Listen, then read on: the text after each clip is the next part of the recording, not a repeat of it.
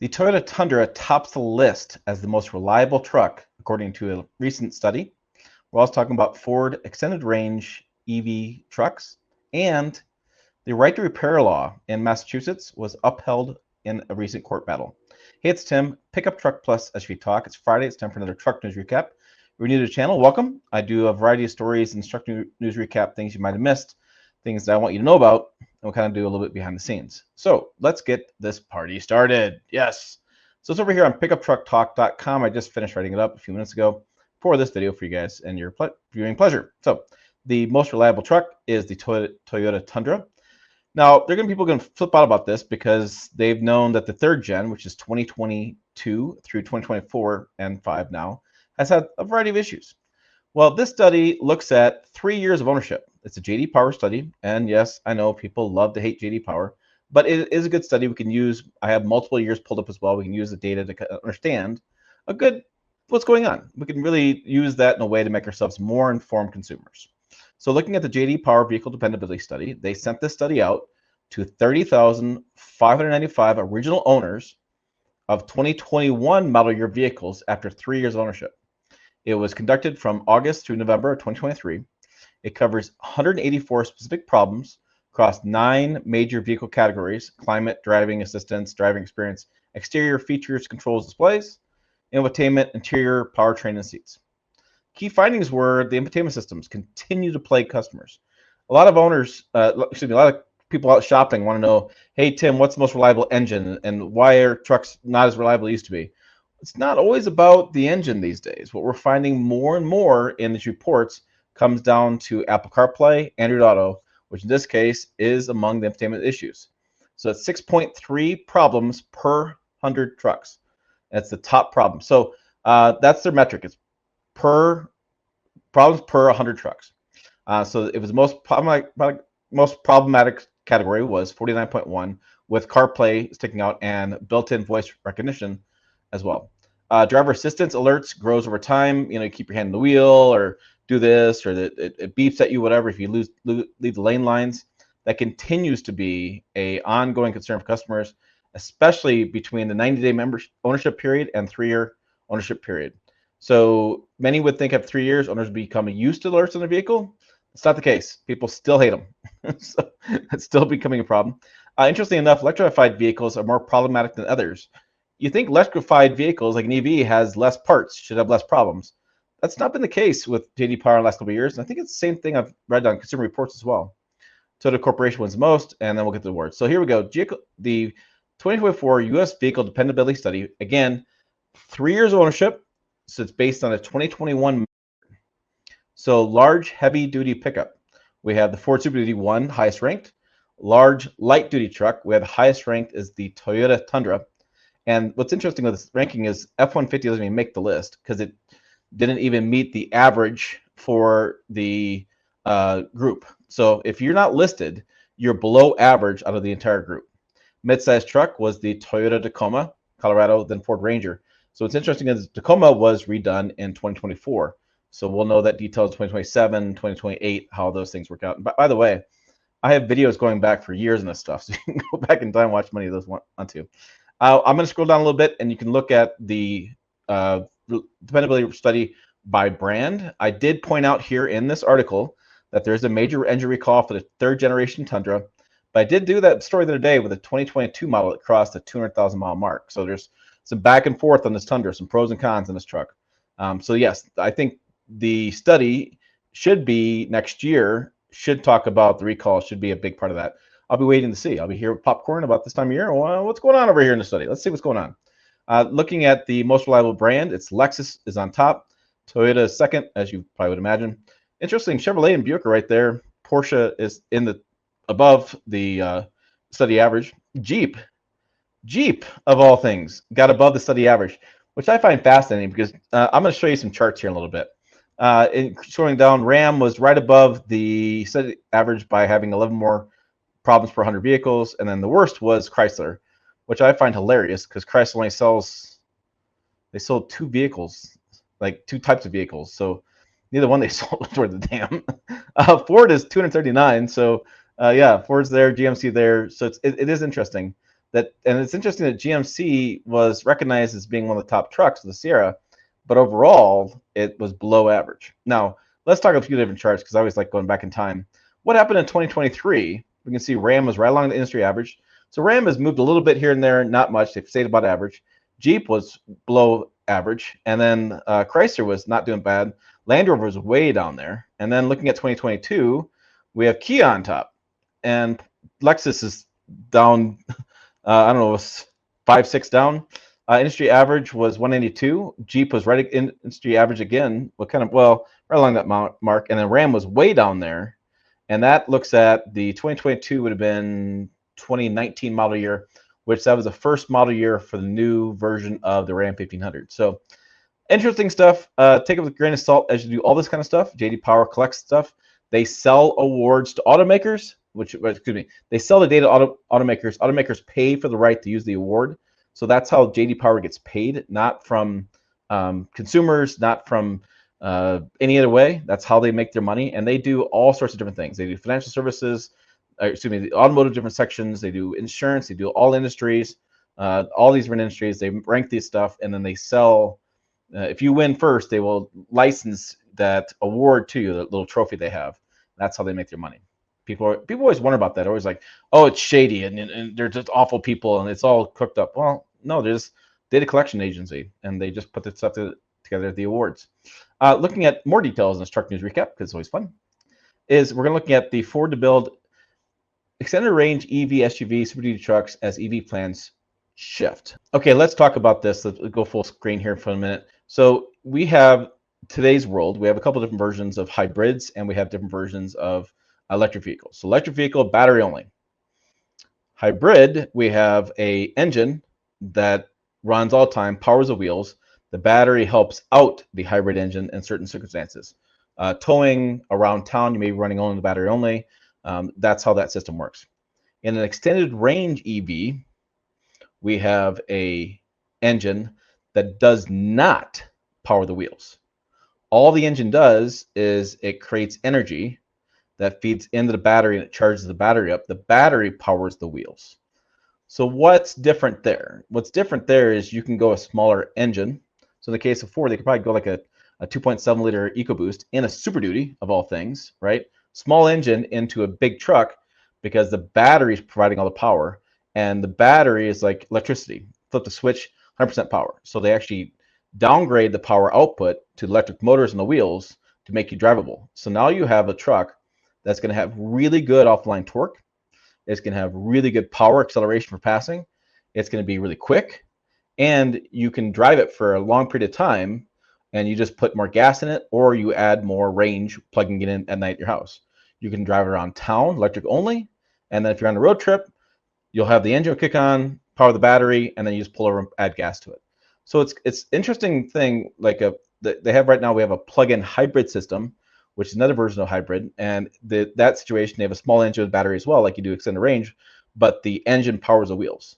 So now this is the only case we're looking at now is a new thing as far as the engine charges the battery, and that gets you the range. And then you can get massive towing numbers. You can get 1,200 pounds, 12,000 pounds of towing, like in a half ton, because the batteries are really good. The batteries have lots of power, and you can have lots of range. I think Ram's Ram Charger was talking about like 600 or 700 miles of range combined with the gas tank and the battery capacity. So you can have a lot of range. You can have electric range around town. You go on a road trip, you don't have to worry about charging like you would with a electric vehicle. You have to stop and charge. You stop at the gas station, add more gas to it. So we're not changing the whole infrastructure of the country. We're not changing our ways by getting away from gas stations and blowing everything up and starting over. So you still keep that as far as what day-to-day driving when you were on a road trip. Now around town and at home, you probably don't go to the gas station often because you're using the battery. So it's got people really interested. I'm really interested to know more about price. I'm really interested to know about total range, real world range, towing in real world conditions. I really want to know more about this stuff. And I can tell you the Ram Charger, which is what Ram's announced already, should be out sometime this fall, apparently, is what I keep hearing. Or was it spring or fall? I keep pushing it off. It's got people on this channel really excited. I see it in the comments all the time. And I'm pretty excited because that should be a towing beast. It should have the benefits of electric truck with all that offline speed, torque, and power delivery when you're passing, and better towing overall offline, without the compromise of trying to go find a charging station where you don't have to uncouple your load and drive over and charge for an hour and then drive around. Get rid of all that garbage.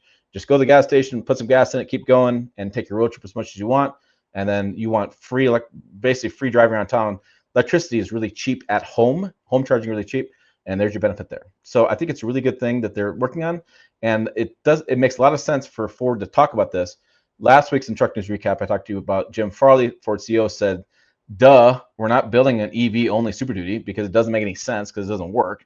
But an extended range Super Duty makes sense as well. The other cool part with this too is if they can make this work, they can also take their Pro Power on board, which is their 7.2 kilowatts of power in the bed, and they can put that in a Super Duty, which means you could take a fifth wheel camper and go boondocking wherever you want to on a national park for a couple days, and you would have the power to run your camper. You'd be running off the battery. You'd have the gas engine turning on to charge the battery. You'd have a self-sufficient unit there at the campground. Now that'd be pretty cool. And you don't have to drag the batteries in the fifth wheel. Don't worry about the life of those. It's all in your truck now, and you can create more payload and capacity in your camper. Get rid of those batteries. You don't need them because here you go. It's all in one thing. So I think it's pretty cool. I like this idea. I've been really curious to know why Ford hasn't come up with a Super Duty that has the Pro Power on board, or a hybrid Super Duty like they do the Power Boost with the F-150. This could be a really good solution. Just going to wait to see on weight, payload, price, because you're adding a battery and a gas engine. It's going to be heavy. All right, so then a topic that's been talked about a lot in the news, and talked about this with tractors as well. John Deere is notorious for having some issues with this.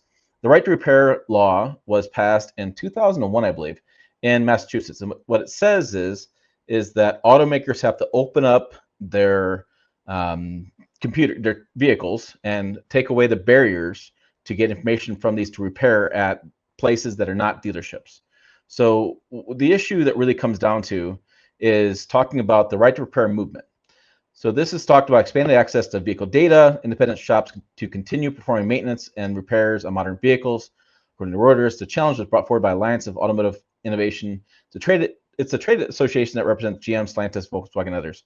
So there's two groups here. There's a group that wants this to happen. It's a law in Massachusetts. Another group of the Automotive Alliance of Automakers that says we don't want this to happen. So why is there an issue? Well, there's an issue because several years ago, somebody took a Jeep Cherokee, or it was a Jeep vehicle, SUV, and they hacked it. The guy was inside the steering wheel, and the vehicle started driving itself, and it went off the parking lot down towards some trees. The guy in the vehicle couldn't do anything. Automakers looked at that, and they said, hold on a minute. We don't want hackers to hack your car while you're driving and cause an accident, which is liability back to the automaker, right? So they shut down and closed off all of the paths to get the information unless you paid a subscription for that information. Now that subscription for the independent shops can be really pricey. I've heard anything from a couple thousand to like tens of thousands of dollars for an annual subscription. Okay, independent shops are going, I can't afford that. So you're basically telling me I can't do my job and I'm gonna leave the business because I can't afford to, for example, if you're a shop and you do mostly Toyotas and Fords, but a Subaru comes in and you can't buy all the software to fix the Subaru, it makes no sense.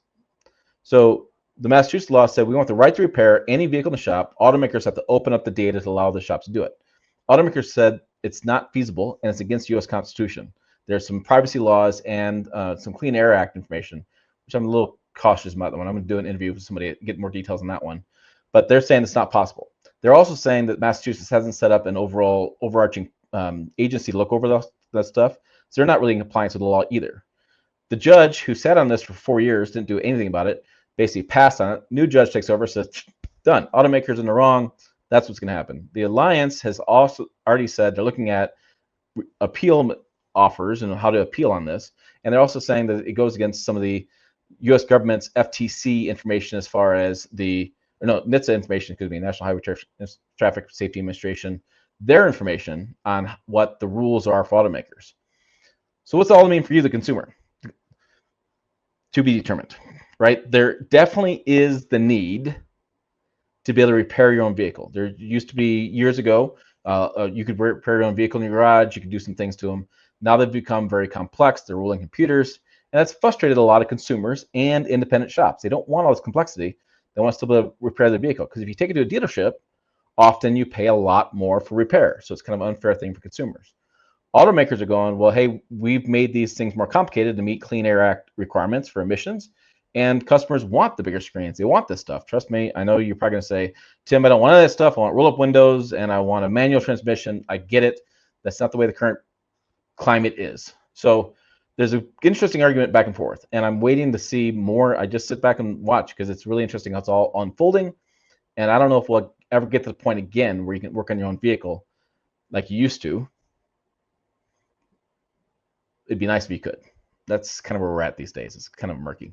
All right, so what else happened this week on the YouTube channel and on Pickup Truck Talk? Let me go back to the homepage here. Excuse me, just 1 second. All right, so on the homepage, I talked about the Sierra 1500 had a recall, 70,000 due to trim flying off. I found this trim photo on Reddit, and basically the top piece on top of the grill fell off. GMC is saying that they've narrowed down when these trucks went through production, and they found about 40. They've seen about 40 that they've narrowed down to, and the clips are letting go. So they don't know what's really going on at the moment. They don't have a remedy at the moment, but they're recalling them, make sure customers are aware that that trim piece could fly off because the clips don't work. What's interesting is it's only that 2022 GMC Sierra.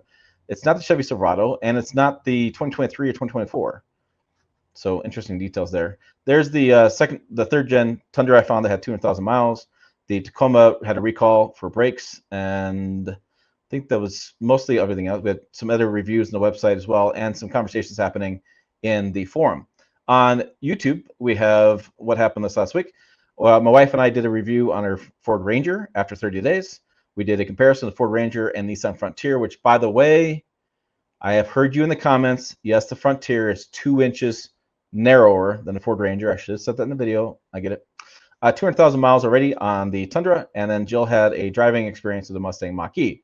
Now, there also were 2 big live streams this week. If you missed them, make sure you check them out. I talked to the car guy online. We talked for almost 2 hours. It was a long conversation. It's a podcast as well. So if you're driving, go and find it on our podcast, on your podcast player, and you can find that long conversation. I thought it was interesting because he's definitely got a viewpoint that's different than mine. He views vehicles as being really expensive and overpriced, not as good reliability as used to be, and full of concerns he has, which is definitely one part of the marketplace right now. I've seen people that like new vehicles. They don't think they're that expensive. They buy them and they have a great time. I've seen people that say everything is silver priced. They're built to fail. It's all junk. And somebody said to me, they said, Tim, stop sugarcoating it. All automakers are terrible right now. And that's not been my experience. I'm not sure how I can sugarcoat that. I'm not going to lie to you guys. But there's that crowd. And the third crowd's like, nothing that's been built since 2010 is worth a damn. There's just different viewpoints out there. So I thought it was interesting to get that. And then we talked with Barry over C-Tech Review for an hour and a half the other night about, or hour 45 minutes. Man, these things went long. About the TRX versus RHO. Interesting with that video is that he is also worked with suppliers for years in the automotive side. So we get some details about how that looks and how suppliers react to things. And I thought it was really interesting. I thought both live streams were good. Barry had been after me for a while to do a live stream. And then the car guy, he was kind of my comments and something we're discussing thing.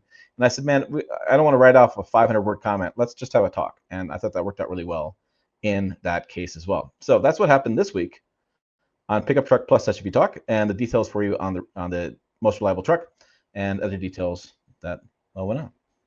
Yeah. All right. There you go. Hey, for more, check out videos up over here. Website down below as well, pickuptrucktalk.com. I'll put a link to that liability story in the description and pin it to the comments. As always, thanks for watching. I will see you down the road.